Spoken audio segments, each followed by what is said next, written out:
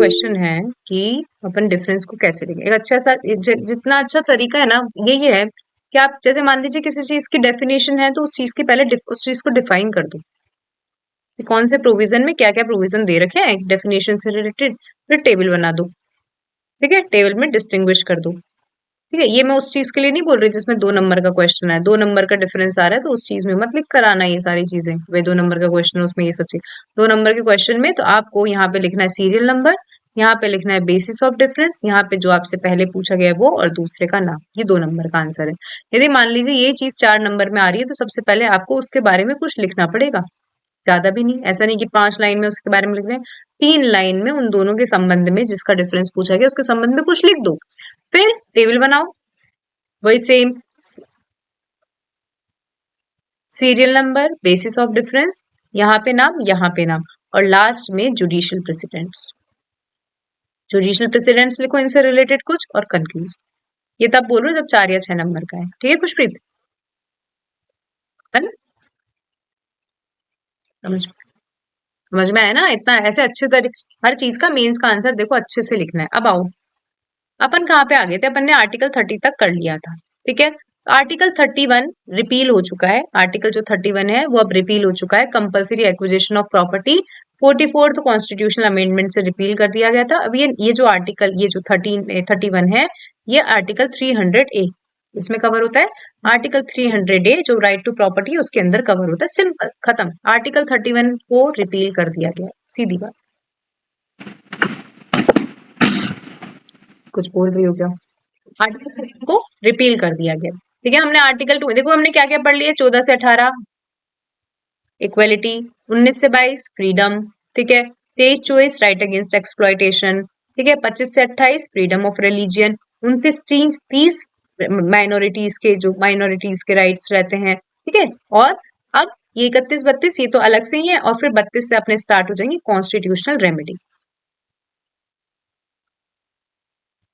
ठीक है, तो आर्टिकल 31 को ओमिट कर दिया गया। अब आ जाओ आर्टिकल 31 है। ठीक है, आर्टिकल 31 ये जो लैंड रिफॉर्म एक्ट्स हैं, आप सभी को पता है कि आर्टिकल 31 जो भी है land reform act schedule number 9, तो ये क्या करते हैं, ये इवन दो फंडामेंटल जो अधिकार हैं उनको क्या करें, उनको ब्रीच करें, तो भी ये क्या करते हैं, प्रिवेल करते हैं। क्या करते हैं? प्रिवेल करते हैं। और 24 अप्रैल 1973 के बाद जो केशवानंदन भारती जी का केस आया है, उसके बाद में जो भी आप शेड्यूल 9 में क्या कर रहे हो, शेड्यूल 9 के अंदर जो भी आप क्या डाल रहे हो, लॉज डाल रहे हो, वो सब्जेक्ट टू जुडिशियल रिव्यू। एक बार हैंड रेज कर दीजिए, ये हम पढ़ चुके हैं ऑलरेडी। ये जो लैंड रिफॉर्म एक्ट से होता है, शेड्यूल 9 होता है, तो शेड्यूल 9 में क्या होने लग गए थे, मतलब ऐसे तो लेजिस्लेचर हर एक्ट को शेड्यूल 9 में डाल देगी प्रिवेल करने के मकसद से। तो ये जो केस था कृष्णनंदन भारती जी के केस के टाइम, उसके बाद में ये डिसाइड किया गया कि शेड्यूल 9 में भी अभी आप केस किसी भी एक्ट को डालोगे, इंट्रोड्यूस करोगे, तो वो सब्जेक्ट टू जुडिशियल रिव्यू। इससे ज्यादा आपको नहीं पढ़ना है। 31 protection for laws related to land reforms act, बस ज्यादा कुछ नहीं, बस इतना, कोई नहीं पूछता आपसे।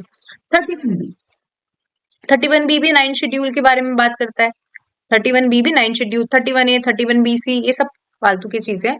31 बी 9 शेड्यूल के shields law mention in 9 schedule from being challenging for violating fundamental rights. ये भी फर्स्ट अमेंडमेंट से क्या हुआ था, इंट्रोड्यूस हुआ था कि भाई 9 शेड्यूल में डाल दोगे तो भी क्या, इवन दो ये क्या कर रहे हैं, इवन दो ये वो कर रहे हैं, वायलेट कर रहे हैं, तो भी प्रिवेल कर जाएंगे, शील्ड के तौर पे काम करते हैं। लेकिन वही आपको सब ध्यान रखना है, 24 अप्रैल 1973 की डेट जुडिशियल रिव्यू कि भाई यदि 24 अप्रैल 1973 के बाद कोई भी चीज शेड्यूल 9 में डाली जाती है तो उसका जुडिशियल रिव्यू हो सकता है। अब जो इम्पोर्टेंट है वो 31 सी है। 31 सी में बहुत सारे चेंजेस आए।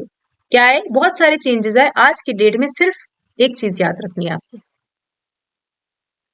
39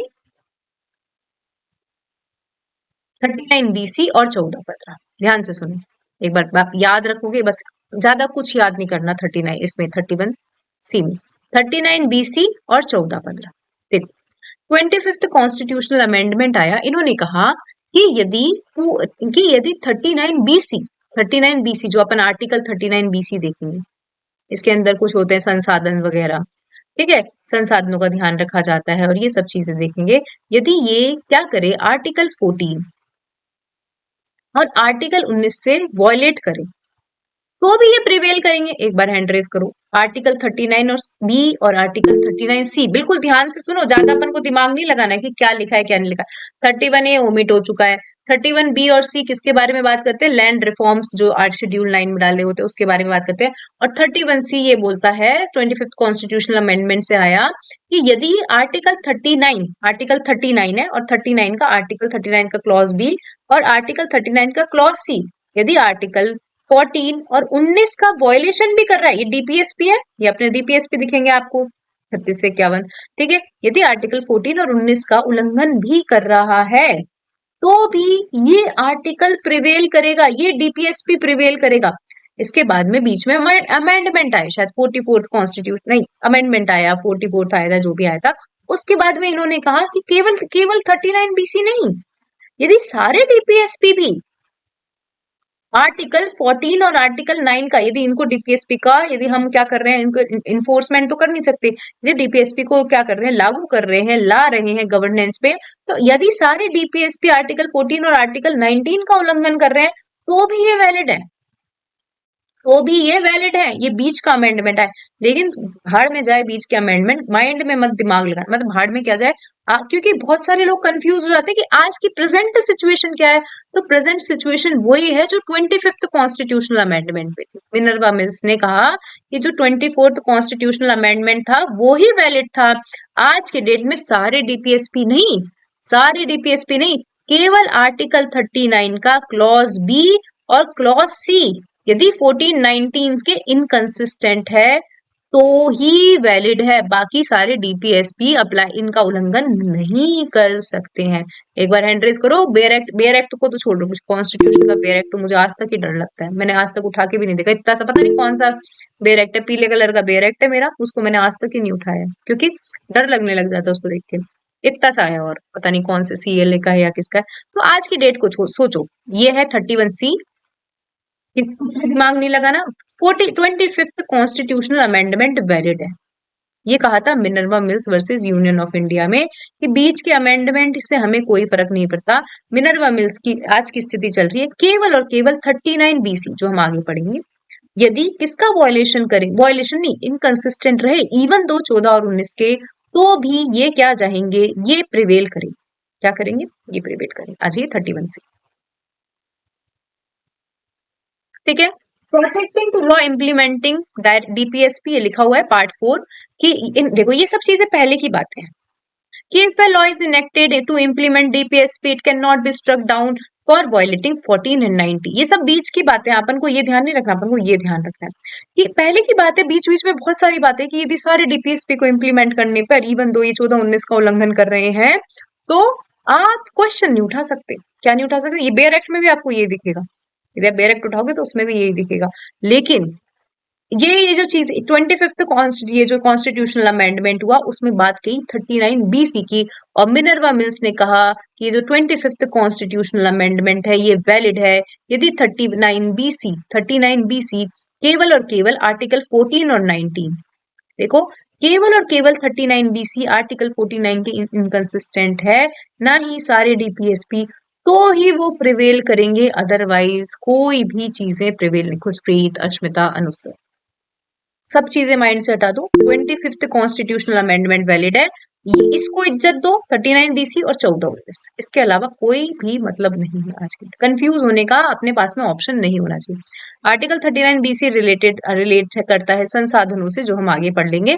यदि ये 14-19 के उल्लंघन इनकंसिस्टेंट भी जाए तो भी आप इनको प्रिवेल करोगे। 31C जब हम बात करेंगे, चलो एक बार बेयर एक्ट देखते हैं, मेरे को जितना बेयर एक्ट समझ में आता है।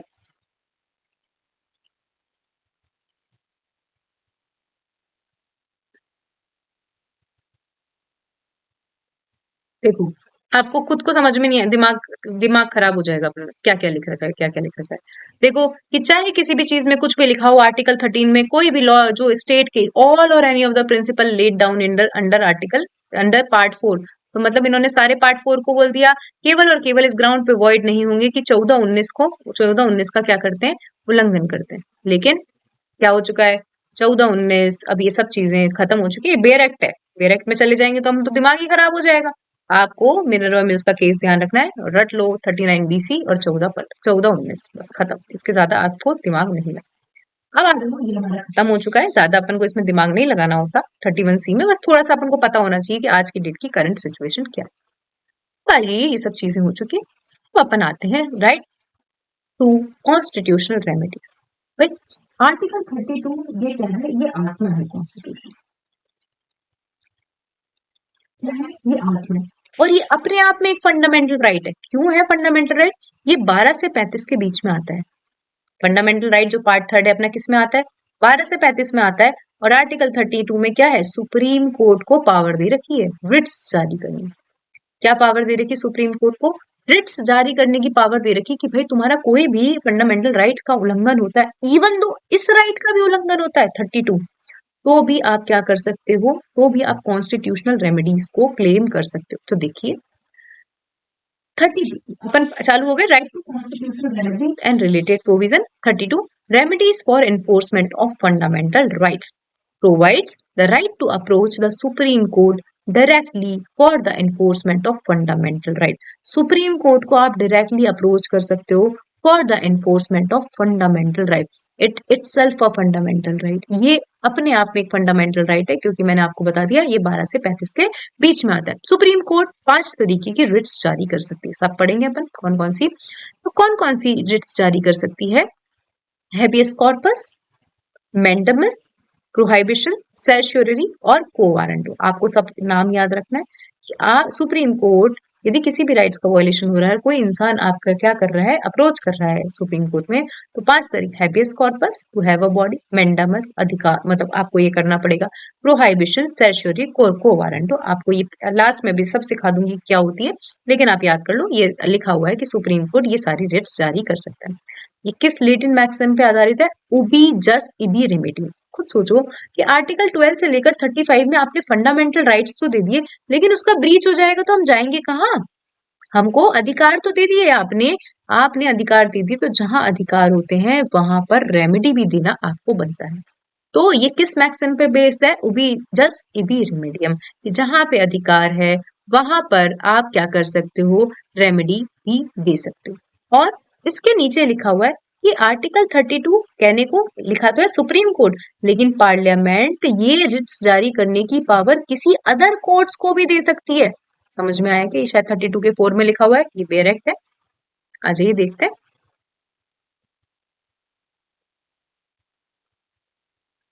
देखिए जो जो हमने पढ़ा, देखो क्या क्या पढ़ा हमने। सबसे पहले 32 के अंदर 32 का 1, इसमें मेरे को सीरियल नंबर डालने के लिए लिख देना कि कोई भी व्यक्ति सुप्रीम कोर्ट में मूव हो सकता है by appropriate proceeding, by appropriate proceeding, ऐवे ही नहीं, अप्रोप्रिएट प्रोसीडिंग होगी। जो पार्ट इसका इस जो राइट्स इस पार्ट ने गारंटेड कर रखे हैं उसके एनफोर्समेंट के लिए supreme court directions order writs, directions order writs जारी कर सकता है, habeas corpus, mandamus, prohibition, quo warranto, certiorari, whichever may be appropriate for the enforcement of any right, जो इस पार्ट में कन्फर कर रखे हैं। फिर इन्होंने बोला कि चाहे 1 और 2 में कुछ भी लिखा हो, पार्लियामेंट में by law empower to another court. तो आपके सामने क्वेश्चन आता है कि आर्टिकल 32 की पावर किसके पास है, तो आप है तो सुप्रीम कोर्ट के पास में, लेकिन पार्लियामेंट क्या कर सकती है, अनदर कोर्ट को बाय लॉ एम्पावर कर सकती है अपने लोकल लिमिट्स में ये पावर एक्सरसाइज करने के लिए, जो आर्टिकल ये सब आर्टिकल 2 में दे रखी है। ठीक है, और ये आर्टिकल खुद एक फंडामेंटल राइट्स है, आपको सबको पता है।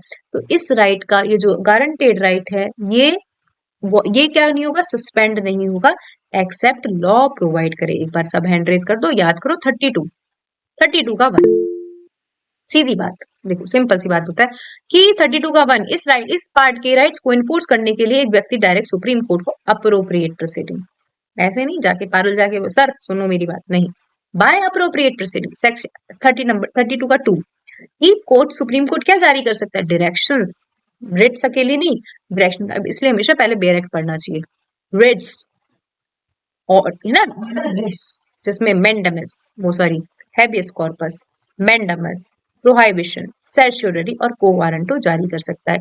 आर्टिकल 32 का क्लॉज 3 कि पार्लियामेंट में बाय लॉ किसी अदर कोर्ट्स को भी वो पावर दे सकती है जो आर्टिकल सब आर्टिकल 2 में दे रखी है सुप्रीम कोर्ट को। और डी कि ये जो आर्टिकल है ये आर्टिकल भी सस्पेंड नहीं होगा एक्सेप्ट प्रोहिबिटेड, एक्सेप्ट कोई प्रोविजन ऑफ लॉ इंट्रोड्यूस हो जाए। तो ये सब चीजें आर्टिकल 32 में है, लेकिन आर्टिकल 32 इतना छोटा नहीं है जितना हमने पढ़ा। आइए पढ़ते हैं। ठीक है, आपका 6 नंबर का क्वेश्चन होता है इस आर्टिकल 62।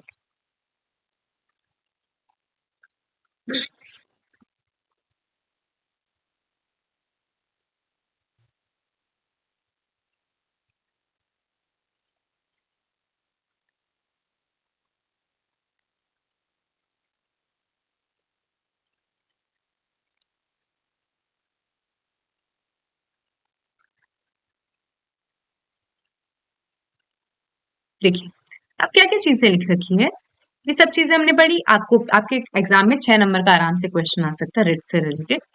ओबीजस ये भी रेमेडी, जहां राइट है वहां रेमेडी भी है। पार्लियामेंट किसी अदर कोर्ट्स को भी इनको कर सकती है, क्या कर सकती है, हमने पढ़ा 32 के 3 में अदर कोर्ट्स को भी जुरिडिक्शन दे सकती है। और 32 के 4 में कि भाई ये जो आर्टिकल, ये जो राइट है, ये किसी भी हालत में सस्पेंड नहीं होगा except prohibited by the constitution. Case laws लिखना पड़ेगा आपको। डॉक्टर बी आर अम्बेडकर ने, केस लॉज भी नहीं, डॉक्टर बी आर अम्बेडकर ने क्या कहा कि आर्टिकल 32 क्या है, हार्ट है, कॉन्स्टिट्यूशन का सोल है। बताओ अश्मिता। मैम गलती से प्रेस हो गया। कोई बात नहीं। कि बी आर अम्बेडकर ने जी ने क्या कहा कि ये जो आर्टिकल 32 है ये सोल है, मतलब संविधान की आत्मा है, सोल है। फिर क्या बोला कि जुडिशियल रिव्यू, ये जुडिशियल रिव्यू की तो पावर है। मतलब जो भी चीजें जारी हो रही है, जो भी चीजें जारी हो रही है उसके लिए, मतलब जो भी आप क्या कर रहे हो, जो भी पार्ट में लिखा हुआ है, कौन बना रहा है, लॉ बना रहा है वो पार्ट। फिर उस चीज को आप क्या कर रहे हो, जुडिशियली रिव्यू कर रहे हो। तो article 32 L Chandra Kumar versus Union of India, आपको केस याद रखना है। मतलब जो मैंने बोल दिया याद रखना है, तो मतलब याद रखना है, इंपॉर्टेंट है। L Chandra Kumar versus Union of India में कहा कि जो आर्टिकल 32 की पावर है और आर्टिकल 226 में इस रिट्स जारी करने की पावर, आर्टिकल 226 में किसको दे रखी है, हाई कोर्ट को दे रखी है। 32 में किसको दे रखी है, सुप्रीम कोर्ट को दे रखी है। तो 30 ये बोल रहे हैं कि ये जो 32 और 226 की जो पावर है, ये जो पावर है ये बेसिक स्ट्रक्चर है। और आपको सबको पता है केशवानंदन जी की भारतीय केस में क्या कहा था कि आप कॉन्स्टिट्यूशन में अमेंडमेंट कर सकते हो आर्टिकल 368 में, लेकिन बेसिक स्ट्रक्चर को नहीं हिला सकते हो। तो यदि मान लीजिए कि ऐसा कुछ हो रहा है तो ये अनकॉन्स्टिट्यूशनल है। यदि आपने 32 और 3 ये 226 की पावर को क्या कर दिया, इसको मतलब कुछ भी आप किसी तरीके से छेड़ रहे हो तो ये अनकॉन्स्टिट्यूशनल है। फिर श्रीमंत बाबा साहेब पाटिल वर्सेस कर्नाटका 2020 का केस है। बार बार सेम ही चीज बोली गई कि आर्टिकल 32 क्या है, बेसिक स्ट्रक्चर का पार्ट। क्या है, बेसिक स्ट्रक्चर का पार्ट है। एडीएम जबलपुर का केस मैंने आपको बता ही दिया था कल कि ये एक निगेटिव, क्या था, ये एक निगेटिव अप्रोच रखी गई थी। क्या क्या केस था सबको पता है, मैंने इन्होंने बोला कि राइट टू लाइफ, ठीक है, राइट टू लाइफ को अपन क्या कर सकते हैं, राइट टू लाइफ को प्रोसीजर स्टेब्लिश्ड बाय लॉ के द्वारा एक्सट्रैक्ट किया जा सकता है, लिया जा सकता है। इस केस को निगेटिव अप्रोच, मतलब इस केस को बहुत उलाहना हुई, इस केस की बहुत उलाहना हुई। एडीएम जबलपुर वाले क्या कर रहे थे, जेल में डाल रहे थे लोगों को, मतलब कोई भी कुछ बोल रहा है उसको जेल में डाल रहे। तो फिर आप सभी को पता है कि 44th कॉन्स्टिट्यूशनल अमेंडमेंट से, यदि नहीं भी पता तो सुनते जाओ, धीरे धीरे जब क्लास को दोबारा रिवाइज करोगे तो समझ में आ जाएगा कि 44th कॉन्स्टिट्यूशनल अमेंडमेंट से ये बोल दिया गया कि आर्टिकल 20 और आर्टिकल 21 को किसी भी हाल में सस्पेंड नहीं किया जा सकता। ड्यूरिंग इमरजेंसी, ड्यूरिंग इमरजेंसी भी आप किसी भी हाल में आर्टिकल 20 और 21 को सस्पेंड नहीं कर सकते हो। ठीक है, और अब ये सब चीजें हम पढ़ लेंगे। ए K Roy versus Union of India हम इसमें पढ़ लेंगे मैंडामिस में। और ये रामादास हवाले में 2010 के केस में बार बार यही चीजें की गई कि आर्टिकल 32 एक अच्छा, मतलब अच्छा सोल है। बाबा बाबा साहब उसने बोला, ये अंबेडकर जी ने बोला, बी आर अम्बेडकर जी ने, ये सोल है कॉन्स्टिट्यूशन का। L Chandra Kumar versus Union of India का केस याद रखना है, ये बेसिक स्ट्रक्चर है। फिर 2020 का आपको ये श्रीमंत बाबा साहेब पाटिल वाला केस याद रखना है 2020 का। इन्होंने वापस बोला कि आर्टिकल 32 ये बेसिक स्ट्रक्चर है और ये आपको याद करने की जरूरत नहीं है। आ जाइए अब बात करते हैं 32 और 226 में डिफरेंस। कभी आपसे पूछा गया, मैं मानती हूँ ऐसे तीनों लोग इंटेलिजेंट अच्छे बच्चे होंगे, लेकिन मैं मानती हूँ कि नहीं आता। ठीक है, 32 और 226 आपसे एग्जाम में पूछा गया किसके पास वाइट पावर है, सुप्रीम कोर्ट के पास वाइट पावर है या हाई कोर्ट के पास वाइट पावर है।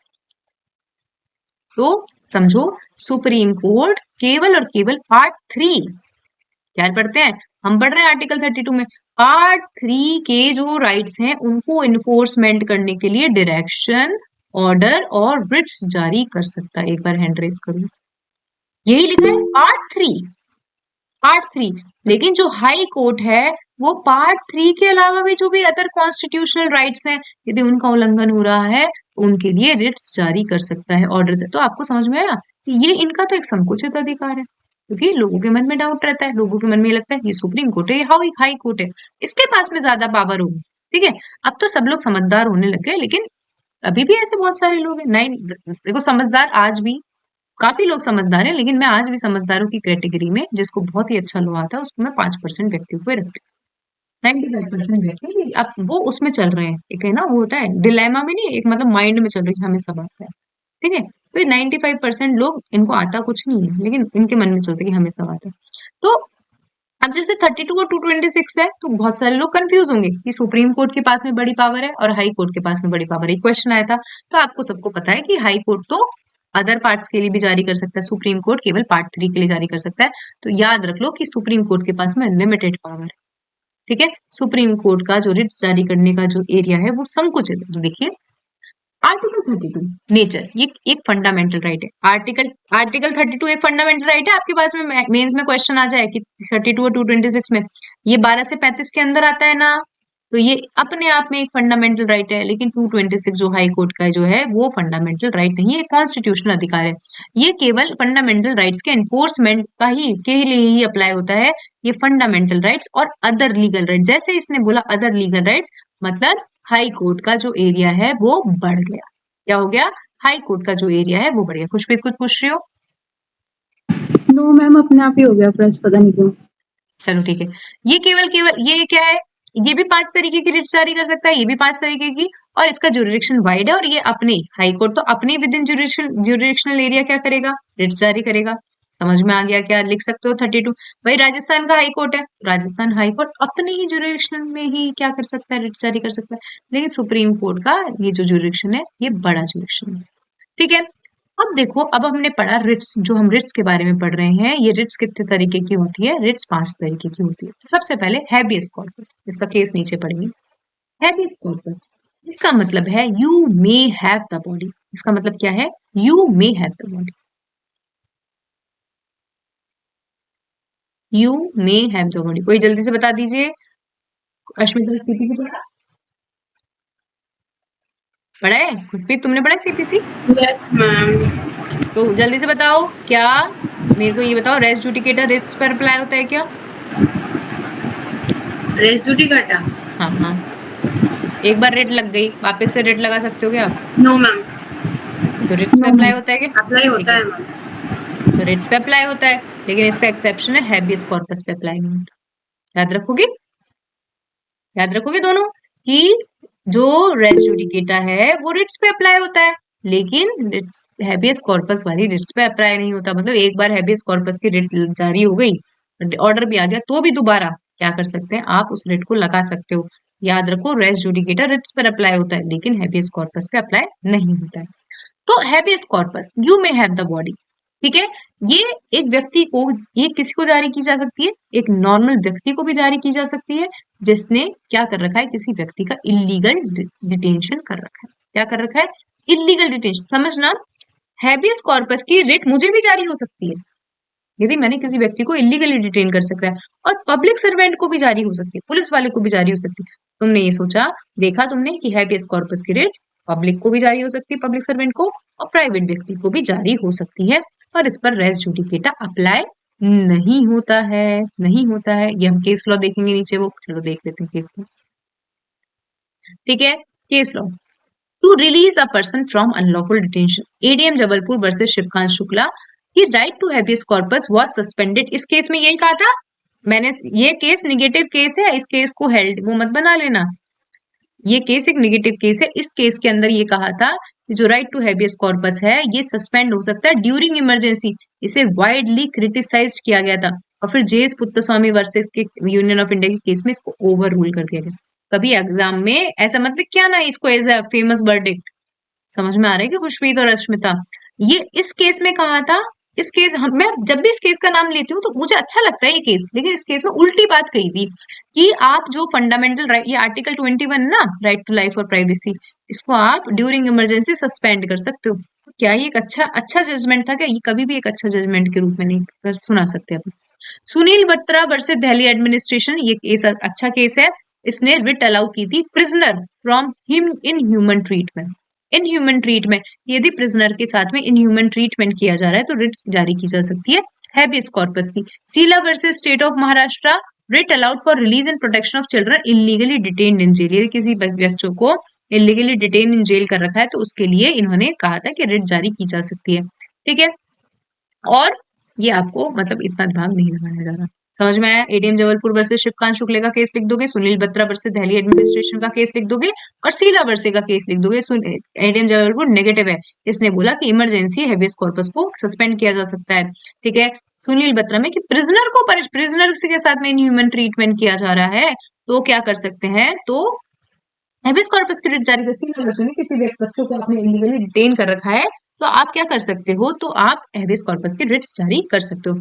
हेबियस कॉर्पस का मतलब होता है, सिखा दिया मैंने आपको, to you may have your bond, और हेबियस कॉर्पस की जो रिट है वो private as well as public person दोनों के लिए जारी हो सकती है। इसके लिए private as well as public person के अगेंस्ट, और हैबियस कॉर्पस पे रेस जुडिकेटा अप्लाई नहीं होता है, कभी अप्लाई नहीं होता है रेस जुडिकेटा। अब आ जाओ मेंडामस, समझ रहे हो? मेंडामस, ठीक है, लैटिन मैक्सिम सा लग रहा है। मेंडामस मतलब मैंडेटरी, तुझे ये काम करना है। मेंडामस मतलब तुम्हें ये काम करना पड़ेगा, तो मेंडामस में आ जाइए। ये किसको, अब मुझे थोड़ी बोल सकता है पारुल जैन को, कोई स्टेट पारुल जैन को जबरदस्ती बोल सकती तुझे ये काम करना पड़ेगा, नहीं। तो मेंडामस किसको जारी होता है? Public authority, public authority issued to public authority for non performance of public duty की, भाई तू क्यों नहीं कर रहा पब्लिक ड्यूटी को, इसको इसका ये काम मान लीजिए कि कोई है ना आपके, मतलब कोई अपना हॉर्टिकल्चर का काम करता है, ठीक है, जब जेएलएन मार्ग पे, और उसको काम, ये क्या है, पब्लिक अथॉरिटी है, भाई तेरे को, तेरी जिम्मेदारी है पब्लिक का काम करना, और तू उसको फुलफिल नहीं कर रहा है, ठीक है, फुलफिल, इसको इसने कुछ जेडी का काम लिया और इसको फुलफिल नहीं कर रहा है, तो कोर्ट इसको जारी कर सकती है क्या? Writ of mandamus. एक बार हैंड रेस करो, मेंडामस मतलब मैंडेटरी, तुझे ये काम करना है, मेंडामस, ठीक है। और ये, लेकिन ये जो रिट है वो प्रेसिडेंट और गवर्नर के खिलाफ जारी नहीं हो सकती है, और ये नेचुरल जस्टिस पे बेस्ड है। Principle of natural justice not applicable, ये उल्टा है, इसको मत लिखना। जो चीज गलत है उसको अपन नहीं लिखेंगे, मैं हटा दूंगी इसको। आ जाओ केस लॉ, मेंडामस मैम इसमें जस्टिस नहीं दिलाया जाएगा क्या?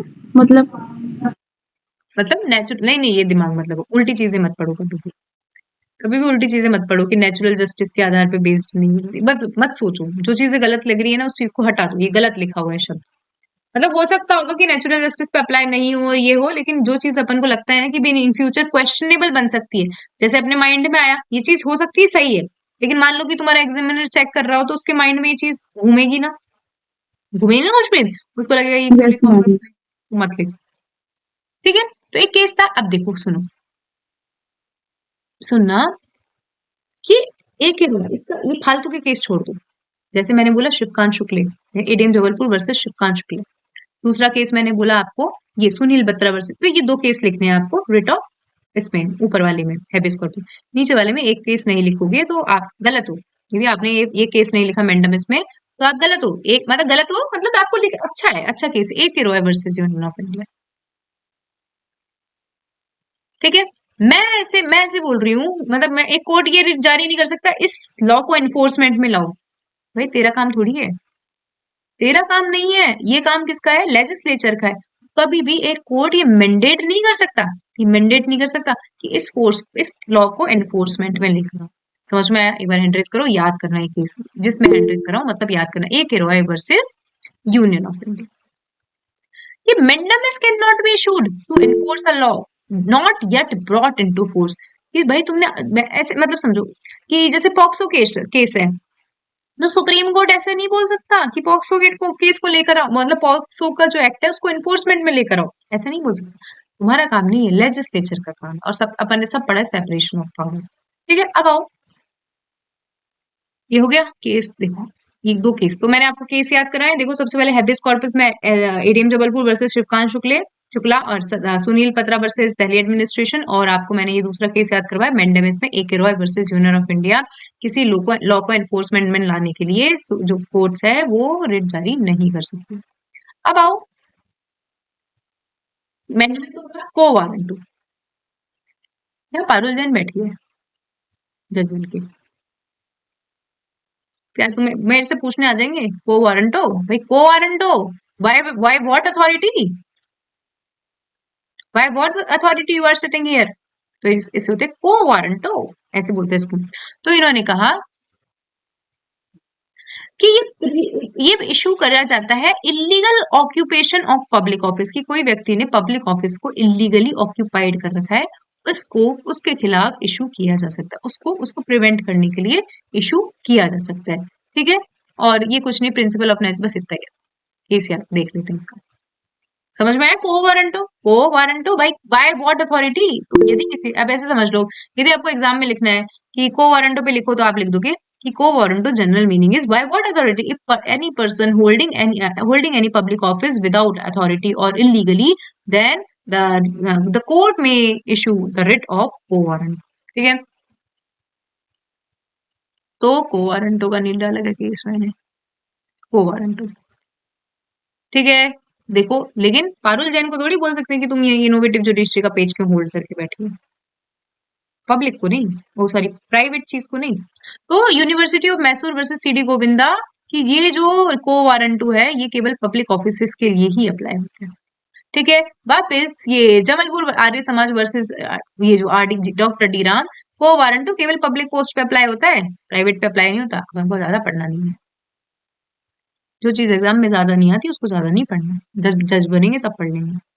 हमारा मकसद अभी एग्जाम क्लियर करना है, हमारा मकसद पूरा मतलब एग्जाम क्लियर करना हमारा बेसिक मकसद होना चाहिए। हम वो नहीं है, भगवान नहीं है, हमें सब नहीं आना जरूरी, हमें सब आना जरूरी नहीं है, लेकिन हमें इतना आना जरूरी है कि हम एग्जाम में लिख पाए। ठीक है, तो कोवान सबसे पहले मेंडमस, सबसे पहले हमने हैबियस कॉर्पस पढ़ा, you may have your body, rest duty के अप्लाई नहीं होता। एडीएम जबलपुर पढ़ लिया, सतपाल वर्सेस दिल्ली, वो सतपाल वर्सेस नहीं, दिल्ली एडमिनिस्ट्रेशन, कौन सा administration? Sunil Batra versus Delhi administration पढ़ा। फिर मेंडमस नहीं, हाँ मेंडमस, कि मेंडमस के कि आपको ये काम करना पड़ेगा, वी कमांड, इसकी हिंदी होती है, इसकी इंग्लिश होती है वी कमांड, हम कमांड करते हैं। ये केवल पब्लिक ऑफिसर को जारी किया जा सकता है। ठीक है, और ये यदि कोई व्यक्ति ये प्रेसिडेंट गवर्नर को जारी नहीं किया जा सकता। और मेंडमस ए करवाए वर्सेस यूनियन ऑफ इंडिया, कि आप किसी लॉ को एनफोर्समेंट में लाने के लिए मेंडमस जारी नहीं कर सकते।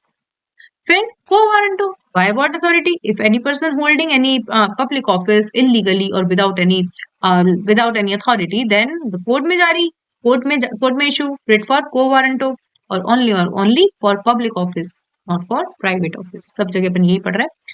को वारंट प्रोहाइबिशन, देखो कैसे याद करना है, पी और सी दोनों एक साथ ही चलते हैं, ये दोनों एक ही चीज है पी और सी, लेकिन पी का मतलब है पहले। ठीक है, पी का मतलब पहले, ऐसे याद कराया मैंने कि पी का मतलब पहले, कोई भी जजमेंट पास होने से पहले, मतलब ड्यूरिंग द प्रोसीडिंग। एक बार पी का मतलब समझो, पी मतलब प्रोहाइबिशन, पी मतलब पहले, मतलब प्रोसीडिंग अभी चल रही है, प्रोसीडिंग अभी कंप्लीट नहीं हुई है। तो प्रोसीडिंग कंप्लीट होने से पहले यदि कोई लोअर कोर्ट क्या कर रहा है, कोई भी ट्रिब्यूनल अपने जुरिडिक्शन को एक्सीड कर रहा है, तो ऊपर वाली कोर्ट क्या बोलेगी, वो प्रोहाइबिशन की डेट जारी कर देगी, रुक जा, रुक जा, क्या बोला, एक बार हैंड रेस करो। पी, पी मतलब ड्यूरिंग प्रोसीडिंग, पी मतलब ड्यूरिंग प्रोसीडिंग, पी मतलब आपका केस अभी डिसाइड नहीं हुआ है और आप अपने जुरिडिक्शन को एक्सीड कर रहे हो, चाहे कोई कोर्ट हो, चाहे वो ट्रिब्यूनल हो, मतलब किसी को भी जारी हो सकता है, लोअर कोर्ट नहीं, कोई भी ट्रिब्यूनल। ठीक है, तो इन्होंने बोला issued to stop a lower court और ट्रिब्यूनल फ्रॉम एक्सीडिंग जुरिडिक्शन, कोई भी लोअर कोर्ट या ट्रिब्यूनल जुरिडिक्शन को एक्सीड कर रहा है, तो ऊपर वाला कोर्ट टू भाई प्रोहाइबिट, चुप हो जा, रुक जा यहाँ पे। और ये अप्लाई होता है ड्यूरिंग प्रोसीडिंग, ये अप्लाई होता है ड्यूरिंग प्रोसीडिंग। और सर्टियरी कब अप्लाई होता है, जब डिसीजन हो चुका है। सिमिलरली डिसीजन हो चुका है, कोई ऑर्डर पास कर दिया गया है किसी अथॉरिटी के द्वारा, तो क्वेश दैट ऑर्डर, ऊपर हम रोक रहे हैं, नीचे हम पास हुए जजमेंट को, पास हुए डिसीजन को क्या कर रहे हैं, क्वेश कर रहे हैं। क्या कर रहे हैं, क्वेश कर रहे हैं, क्वेश दैट ऑर्डर। तो सेशोररी आपसे पूछा गया प्रोहाइबिशन और सेशोररी में क्या अंतर है, तो प्रोहाइबिशन ड्यूरिंग प्रोसीडिंग, ठीक है, और यहाँ पे लोअर कोर्ट को रोका जाता है, जजमेंट पास नहीं हुआ है, यहाँ पे after the decision has been made, after the order has been passed, after the decree has been passed, ठीक है, टू क्वेश, इसमें होता है क्वेश, ठीक है, ये जुडिशियल क्वासी जुडिशियल दोनों पर अप्लाई होता है, ठीक है। आज एक केस देख लेते हैं प्रोहिबिशन, एक बार हैंड रेज करो, दोनों समझ में आया। Habeas corpus you may have body, mandamus we command, ठीक है, quo warranto by what authority, prohibition during proceeding और certiorari after judgment, after the decision has been made out. Case देखते हैं प्रोहिबिशन, ट्रिब्यूनल के अगेंस्ट भी जा सकता है, ट्रिब्यूनल के अगेंस्ट भी जा सकता है यदि उसका जुरिडिक्शन एक्सीड किया जा रहा है, ठीक है, कोई भी पर्सन मतलब कोई प्रोहिबिशन ये कब है, जब बियॉन्ड जुरिडिक्शन किया जा रहा है, और ये before the final order pass, ये तुमको याद रखना है, मैंने 4 बार बता दिया। पी मतलब पहले, पी मतलब पहले, Rashid Ahmad versus municipal board, इस केस में कहा था कि writ can be issued before the final order is passed, before the final order is passed.